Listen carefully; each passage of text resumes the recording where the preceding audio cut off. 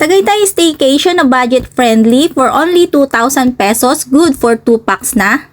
Unlimited free pool access, roof deck access at may napakagandang view ng Taal.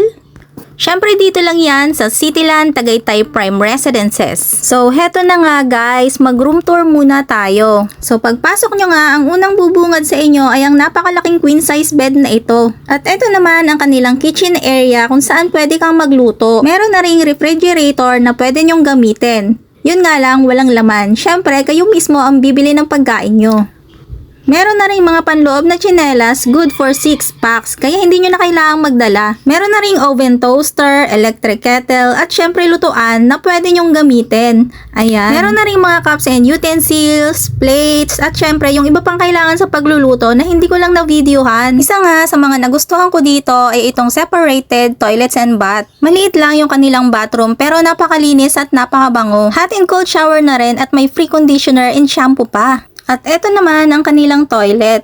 Ayan. Super simple lang pero napakalinis. Meron ding pa free hand soap and body wash. At syempre meron pang pa-mirror dito kung saan pwede kayong mag-selfie-selfie.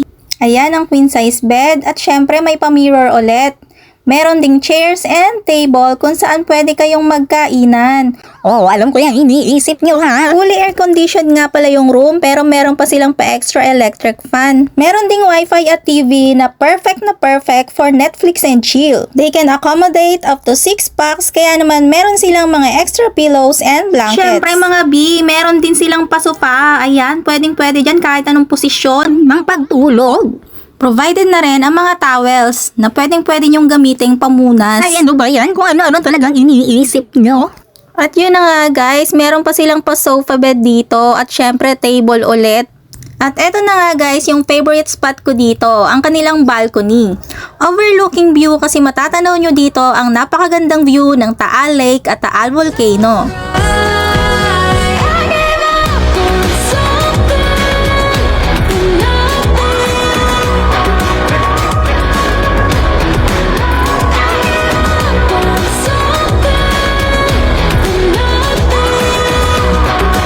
Punta naman tayo sa kanilang indoor swimming pools. Syempre, kailangan nyo munang mag-register bago kayo pumasok sa pool area.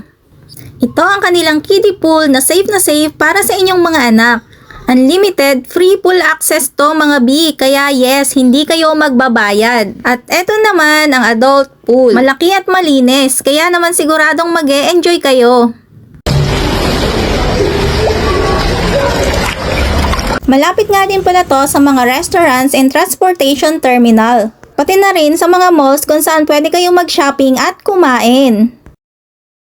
Sa Agoda nga pala ako nag-book guys. Mas mura at mas maraming voucher discounts. Aking baby loves, oh. Ulit. Swimming ulit.